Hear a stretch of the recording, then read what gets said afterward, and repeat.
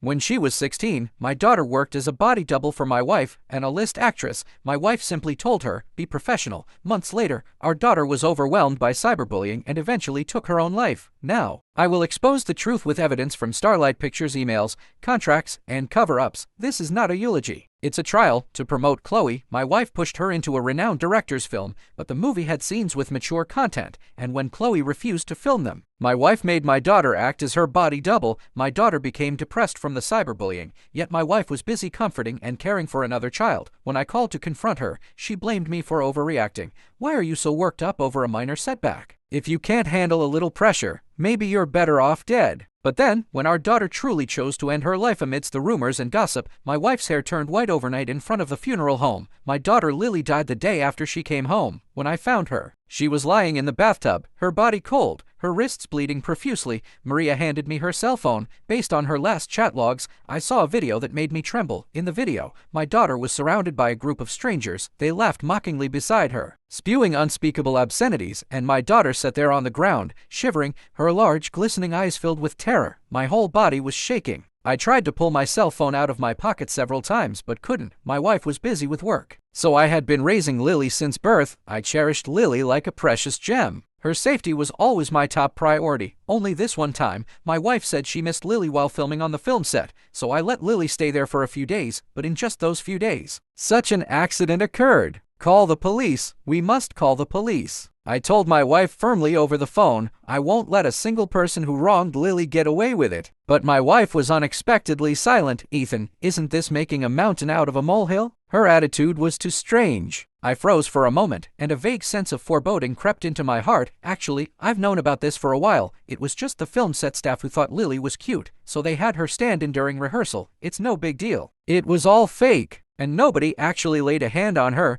Besides, so many people would kill for a chance to even show their face in Director Miller's film. Ethan, don't take it too seriously. Her indifferent tone pierced my heart like 1,000 needles. Victoria, are you insane? That's your daughter. I questioned her in disbelief, but Victoria remained indifferent. Her voice even tinged with irritation. Ethan, you've gone far enough. If Chloe hadn't suddenly fallen ill and we couldn't find a stand-in, would I have considered Lily for it? My heart tightened. Chloe. It was indeed for Chloe. Before we got married, I knew my wife had a cherished childhood friend, Daniel. For this good friend, my wife, an acclaimed actress, frequently took less prestigious roles, making guest appearances in low-budget productions. Unfortunately, it was unrequited love. My wife's desperate admirer behavior only resulted in news of her good friend having a child out of wedlock. Her Daniel considered this child a stain on his reputation, so she eagerly took the child in, treating her like her own daughter. I turned a blind eye to these things, given that she was bearing my children, as long as it wasn't too out of line. But this time, she dared to let Lily be Chloe's body double for scenes with mature content. Looking at Lily's pale face on the bed, closing my eyes, I slowly exhaled. Lily, this time, Dad will definitely get justice for you. After instructing the nurse about precautions, I rushed straight to the film set where Victoria was. The film set was bustling with people. When I arrived, it was lunchtime. As soon as I entered the room, I heard a whining commotion. It was Chloe's voice. From her noisy complaints, I vaguely understood that it was hot today, and the assistant had forgotten to buy her favorite iced latte, so she was throwing a tantrum and causing a huge scene. I had expected such behavior to be met with my wife's rebuke. However, the strong-willed woman who was usually cold and unfeeling towards me and our daughter was now gently and patiently comforting the person in front of her.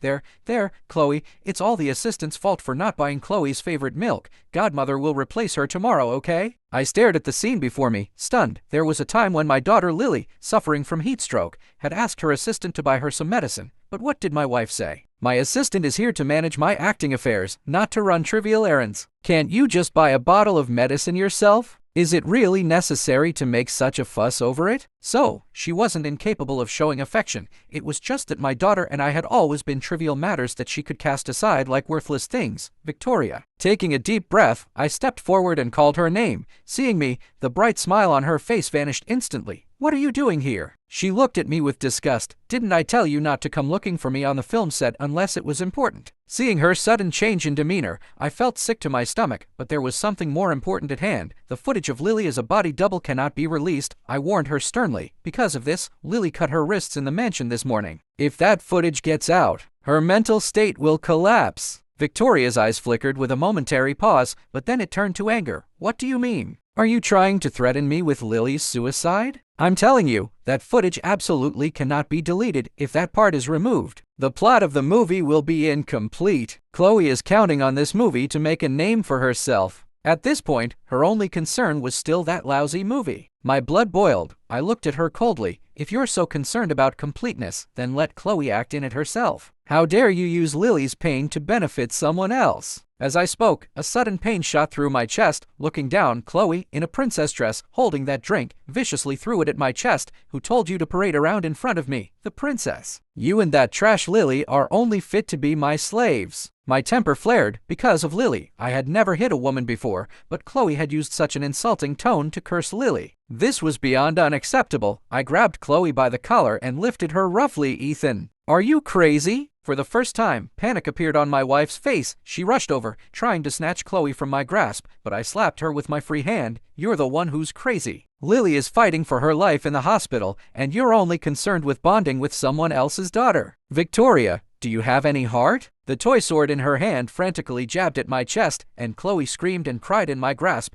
Amidst a chorus of gasps, everyone on the film set rushed over to pull me away. Victoria covered her face and angrily ordered someone nearby to throw me out. She said, I don't want to see this person on my film set ever again. I brushed the dust off my clothes and before anyone could drag me, stood up and walked out on my own, if before coming. I had held a last glimmer of hope for Victoria. Now only disappointment remained. After 10 years of marriage, I never imagined that the person sleeping beside me could be so malicious. Victoria, I will wait for the day you regret it and beg me. Back in the hospital room, Lily was already awake. She looked at me with large, moist eyes, and her first words were an apology. Dad, I'm sorry. I caused you trouble again. My heart ached. Other children her age were lively and assertive, showing off, but my daughter was so cautious and timid, always overly cautious, trying to please others, holding Lily in my arms. My heart ached intensely. Lily, Dad will make sure you never get hurt again. I stayed by Lily's bedside for a day and a night. When the night was quiet and she was fast asleep, I finally got up to make a call in the corridor. The video of Lily had to be deleted. Normally, Victoria, as the film set's investor, would be the quickest to do it. But judging by her haughty attitude today, I knew I couldn't rely on her. I called my old friend Mark. He answered quickly. Ethan, I finally got you to contact me. His tone was light, but a bitter feeling welled up in my heart. 10 years as a stay-at-home dad had almost made me forget that. Once upon a time, I was a top-tier talent agent in the entertainment industry. If it weren't for Victoria telling me after we married that she was too busy with work to raise a child and urging me to support her career by staying home,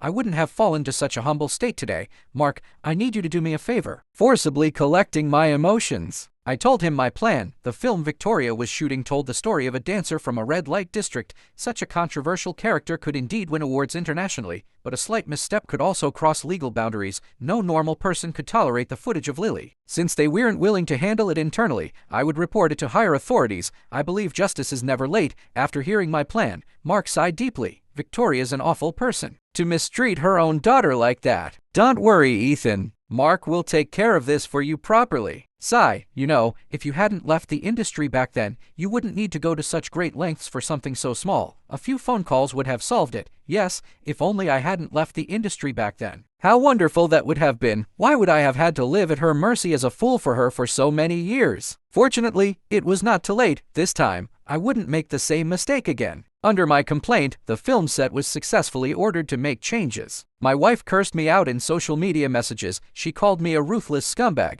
saying I had been living off her for so many years, only to turn around and blow up such a minor issue to this extent. I couldn't be bothered to argue with her and simply blocked her account. After being completely disillusioned with her, I began to return to my professional life. Having been out of the game for so many years, it was difficult to regain my former status, but with the help of my friends, things were getting better day by day. But I never imagined that just as I finished a business trip and got off the plane, Maria would call me. She said, "Sir, Lily is dead." It was a crushing blow. My world spun into a dizzying blur. I rushed to the hospital. Lily lay quietly on the bed, the sheet stained with uncleaned blood, her cold face showing a look of painful determination. Lily, my hand trembled as I reached for her, my mind flashing blank. She had been sparkling with life, telling me to be careful before I left. Why, when everything seemed to be getting better, did it still come to this? "You're Lily's dad, right?" The doctor's disappointed tone from behind me interrupted my grief. "Didn't I tell you during her last hospitalization? Lily's depression was already very severe. How could you let that video continue to circulate?" I looked up,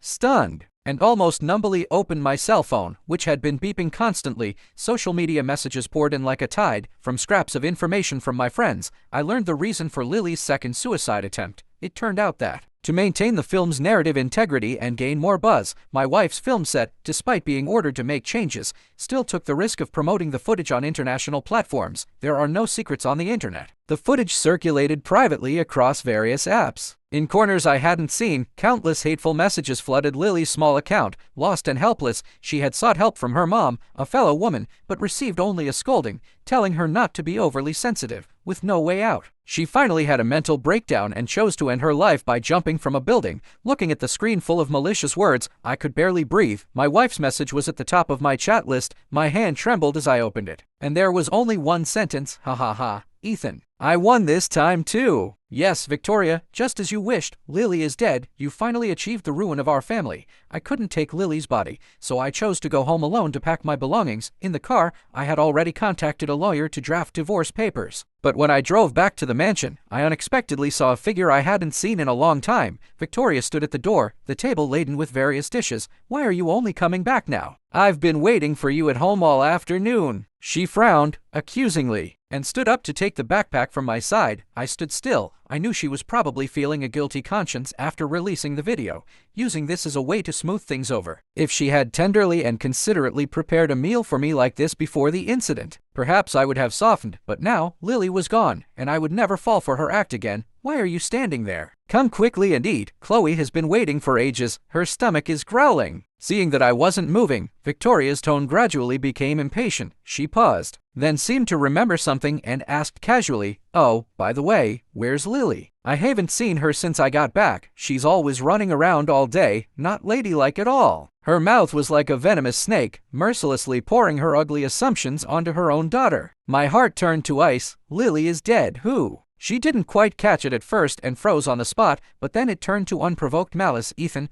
I told you, you've gone far enough. You're a grown man, still playing these games. Is it fun to make up stories? I admit I made some mistakes this time, but you shouldn't joke about Lily like that, should you? I felt heartbroken. At a time like this, that was still her first reaction. I didn't bother explaining further. Believe it or not, I didn't come here to argue with you, Victoria. If you have any conscience left, go see for yourself at City General Hospital, morgue number 24. After a huge argument with Victoria, I left the mansion. I didn't take any of the cards she offered me. I only took a dancing cactus doll from Lily's bedroom. Victoria probably thought I had lost my mind. For the first time, I saw a hint of fear in her eyes when she looked at me, but I just smiled, held the doll, and got into the car. She probably didn't remember that this doll was the only gift she had ever bought for Lily. When she bought it, she told Lily that the doll could record, and every year on her birthday, she would record a birthday song for Lily, so she could be with Lily no matter what. But later, only my voice was recorded in the doll. She was always busy filming, busy appearing on TV, busy accompanying Chloe. Mom and Dad failed to protect Lily. I just hope this doll can sing to her underground. But when I arrived at the hospital with the doll the next day, someone had already arrived before me. Victoria had come after all. She stood there by the bed, silent and terrified, looking at the small name tag. Seeing me, she clutched at a last straw. Ethan, you're really something. You actually found someone with the same name to trick me. Where's Lily? Quickly bring Lily out. Mom truly made mistakes before, but this time I'm genuinely sorry and want to apologize to her. Ethan, say something. Please tell me you're lying. She knelt before me, trembling all over. The white sheet covering Lily's body was thin, but she didn't even have the courage to pull it back. Victoria, who are you putting on this feigned concern for now? I forcefully grabbed her hand and pulled back the sheet. Seeing that familiar cold figure, Victoria's pupils dilated sharply. Then, as if struck by a tremendous shock, she threw my hand away and started gagging in the corner. Is it painful, Victoria? Don't worry, what awaits you will only be even more agonizing nightmares. After that day, Victoria hid in the mansion as if she'd lost her mind, but it didn't matter. I wasn't only planning to get revenge on her. I wouldn't let anyone who hurt Lily get away with it. How could a film set with a budget of hundreds of millions not find someone to be Chloe's body double? I used my connections to inquire everywhere and learned that Chloe had actually recommended Lily as the body double. Chloe had been afraid that such controversial footage would become a stain on her reputation in her acting career, so she desperately begged Victoria to arrange a stand-in for her. However, after Victoria showed her several recommended actresses, Chloe was dissatisfied with every single one. Why not let my sister act? I'd only feel comfortable if she played this role. That's what she told Victoria, and the result was exactly as she wished. Looking at the information in my hand, I couldn't believe my eyes. I never imagined that someone who was a child pampered since birth would grow up to have such malicious intent. I went to a law firm seeking legal help, but the outcome was always the same. They advised me to swallow my pride. They said Chloe's actions were clandestine, and without direct evidence, it would be difficult to secure a conviction in court. But would my Lily just die in vain then? I threw the evidence in front of Victoria. She had lost a lot of weight and seemed to be having mental issues, clutching a doll and calling it Lily every day. But facing the evidence in my hand, she flinched, then stammered, asking me, "Chloe didn't mean it. Girls sometimes make mistakes out of petty jealousy. Can you forgive her?" I almost laughed in disbelief at her words. How did I not know she was such a naive do-gooder before? I had thought she was truly remorseful after seeing our daughter's body, but now it seemed her mind was still clouded. But now that I thought about it, I was probably the most clouded one. I was doing so well as a top-tier talent agent, but I foolishly fell for an unknown aspiring actress. Victoria already had the man she loved, Daniel, at the time. If she hadn't been provoked by the news of his child out of wedlock, she would never have agreed to marry me in a fit of pique. I was too naive, thinking that my sincere devotion would eventually win her over. Now, I wonder, how could a person's heart change based on just a couple of things? From the very beginning, Victoria only had eyes for Daniel and Chloe. When Lily died, she might have shed genuine tears for a while, but to truly get justice for Lily, I had to rely on myself. I had someone help me contact director Miller on the film set. He was displeased to see me. He had been dormant for many years and was planning to win awards with this film, but soon, a smile appeared on his face, because I told him I planned to reinvest in his project and find Alexandra, who had more star power than Victoria, to take over. The only conditions were that Chloe's role wouldn't change, and everything on the film set would follow my direction. Everything on the film set had almost ground to a halt. Director Miller couldn't be happier that someone was willing to take over this mess. Soon, under my arrangements, Chloe returned to the film set, only this time, Victoria wasn't there to indulge her every whim. Instead, I had specifically invited Alexandra, who had quite a rivalry with Victoria. Alexandra also had a daughter. After my continuous persuasion and a change in screenwriters, she also began to believe that Chloe had indeed landed a very good role. She also wanted her own daughter to play it. As a result, Chloe, who had lost her backing and had an unlikable personality, began to have a difficult time on the film set. How could Chloe endure such a life? She had been accustomed to luxury, having the best of everything: food, clothing, housing, transportation, during her time with Victoria. The sudden change didn't make her cautious. Instead, it made her even more arrogant and overbearing, and during one filming session, facing the double standards of those around her, she finally snapped, "What right do you, an irrelevant person, have to be walking around the film set every day? Are you trying to steal my role?" Chloe frantically grabbed the camera nearby and violently hurled it towards Olivia, but the camera was too heavy, and she had been accustomed to luxury for years and didn't have much strength, so the camera only hit the other person's leg. The other person cried loudly, but Chloe still showed no remorse. Instead, she pinned her down and furiously clawed at her face. "Bitch, you tried to steal my role. You tried to steal my role." Everyone on the film set was stunned, and utter chaos erupted, but no one saw the camera filming behind-the-scenes footage from a distance, quietly still at work. Chloe went viral online, but not in the way Victoria had planned for her. She went viral as an extremely embarrassing bully. I had long known that a leopard doesn't change its spots, so I had people closely monitor her movements on the film set. As soon as the video was filmed, I posted it online. Immediately, it caused a huge uproar. That's disgusting. How could a supporting actress be so domineering? Someone just looked at her. Is it really necessary to beat them like that? She's completely insane. How is this film set still letting her perform? Didn't she cause a scene about a body double before? What kind of connections does she have to keep filming like this? Opinions varied widely online, but the majority still pointed their fingers at Chloe. Meanwhile, Alexandra was no pushover. Her own daughter had been beaten, and that same night, she tearfully played the victim on her social media. Immediately, fans, netizens, and the media all erupted into a heated argument in Chloe's social media comments section. Chloe had never experienced anything like this before. She was so scared she wouldn't even leave the house, only daring to hide in a room with thick black curtains every day. Finally, Victoria couldn't take it anymore and came to plead with me. "Ethan, why are you bringing adult matters into the next generation? Chloe is innocent." Looking at her, I found it absurd. What do you mean, innocent? What do you mean, pitiful? My daughter was randomly slandered, attacked with hateful messages every day. But what did she, a mom, say? Why are you so worked up over a minor setback? If you can't handle a little pressure,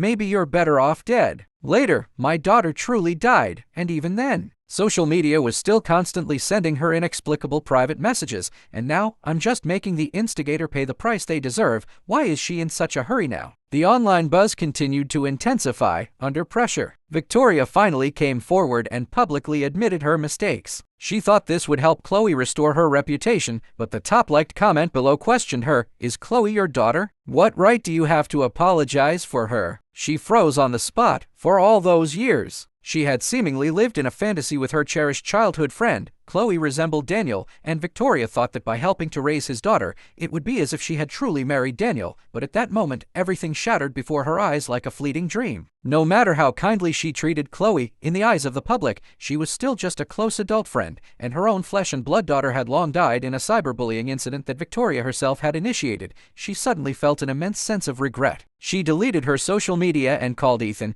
but the number that would answer instantly now only gave a disconnected number tone. Only then did she remember that Ethan had filed for divorce last month, and her number had long been blocked by him. Victoria looked up at the empty mansion and felt an unprecedented emptiness. She wanted to visit her daughter's gravestone. She didn't dare go empty-handed and drove to the nearest luxury boutique, but the moment she stepped into the store, she suddenly felt lost. Khloe liked to wear a Miu Miu bag. Every time she came, Victoria would first help her choose a bag, then they would go upstairs to buy a Haagen-Dazs ice cream, and finally look at her favorite anime merchandise. But what did Lily like? Victoria tried hard to recall, but she couldn't find any clues. Lily in her memory always seemed to be smiling. She didn't wear luxury brands, nor did she constantly beg her to buy various unusual snacks like other children. Lily was always well-behaved enough to tell her to be careful on the road, well-behaved enough to show her perfect test scores, and finally, well-behaved enough to die in that malicious cyberbullying incident. But what had she done? She treated someone else's daughter like a treasure,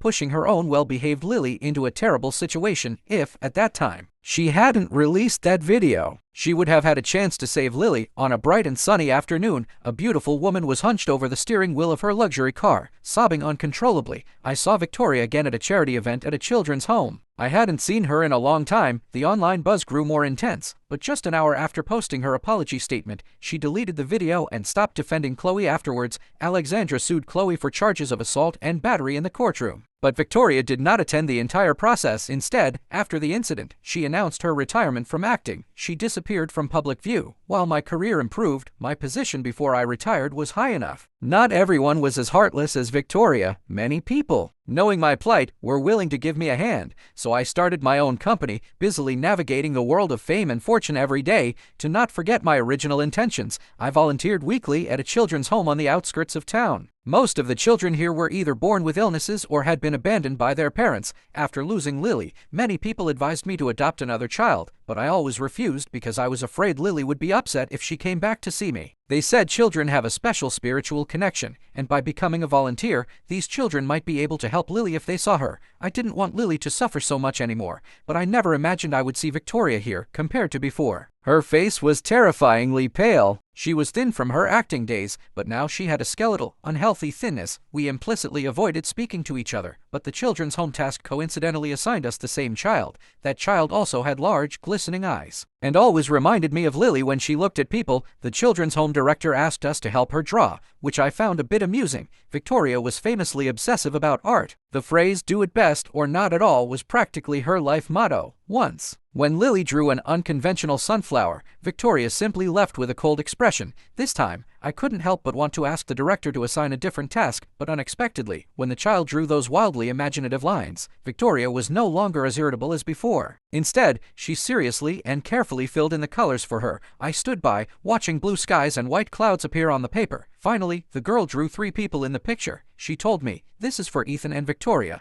I politely smiled but didn't take the drawing. Standing up and leaving the room, footsteps sounded behind me. It was Victoria chasing after me. "You knew all along, didn't you?" she asked me, her eyes, stark black and white, filled with stubbornness. I smiled, saying nothing. I had known since last week that Victoria was also coming to this children's home. Compared to my weekly visits, she, being unemployed, came much more frequently. In this situation, knowing of my arrival and coaxing the child to draw such a picture was not difficult. Victoria, I won't remarry you. I directly called her out on her intentions. Her face went pale. Ethan, she looked at me, her eyes seemingly filled with pleading and pain. Do you know, since Lily left, I haven't had a good night's sleep. Every night I dream of her coming to find me. She asks me, Mom, why didn't you save me? Ethan, I regret it. I truly regret it. Now I just want to find a way to make amends for the mistakes I made before. She unfolded the drawing and placed it in front of me. Lily had once drawn this same picture. And it was ironic that, at that time, Lily had hoped to win her mom's heart with the drawing,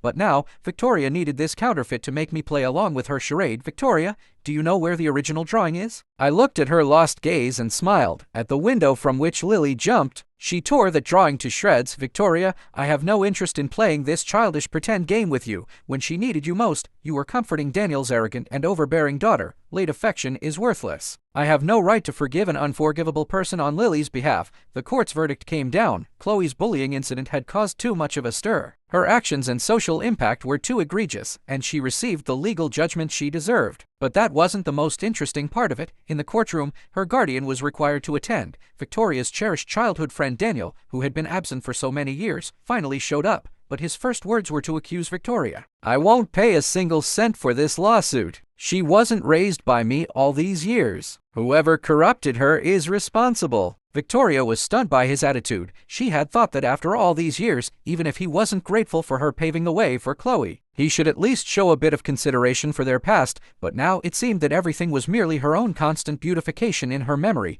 Her proud Daniel was nothing more than an ugly, greedy, middle-aged man. All her beliefs crumbled. In that moment, she finally snapped, rushing forward and attacking the man with punches and kicks. But when we used to fight, I was always the one who held back. Now she had completely forgotten the significant strength difference that naturally exists between men and women. She was shoved to the ground, and the man's palm mercilessly struck her face. She tried to fight back, but her left hand was firmly held down by someone. You bad woman, don't you dare touch my dad! The goddaughter she had protected for decades, in the very first moment of conflict, unhesitatingly chose her biological father, with whom she shared a blood connection. Victoria's eyes widened, unable to believe the scene unfolding before her. Finally, she burst into laughter, crawling frantically to pick up a fallen ballpoint pen from the ground, and then brutally stabbed it into the neck of the person in front of her. In that instant, the world fell silent. Call a doctor. A terrified scream from the crowd jolted everyone awake. Victoria lay on the ground, watching Daniel, the man she had admired for so many years, clutching his neck and frantically trying to kick her, and her goddaughter, whom she had protected for so many years, recoiling in fear. In a daze, she seemed to see a familiar figure. The figure hovered above the courtyard, displaying a somewhat sorrowful expression. Victoria closed her eyes. A single tear slipped from the corner of her eye. A year after Lily's death, I finally dared to come in front of her gravestone to bring flowers. Looking at the radiant smile in the photo, my nose suddenly stung. Over the past year, Director Miller's film finally faded away, never seeing completion.